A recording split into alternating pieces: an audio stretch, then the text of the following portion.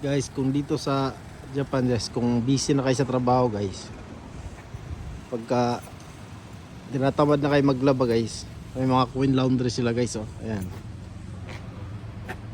Dito ka magpapa-laundry guys, dito. Lagay mo lang yung labahan dyan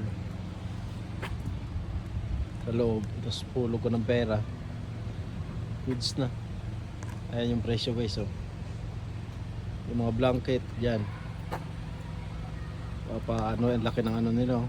Ilang kilo pwede sa labahan lang. Ayan guys,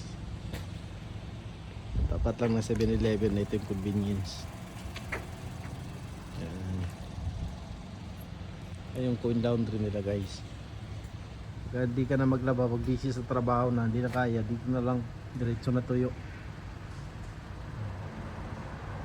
Ayan guys.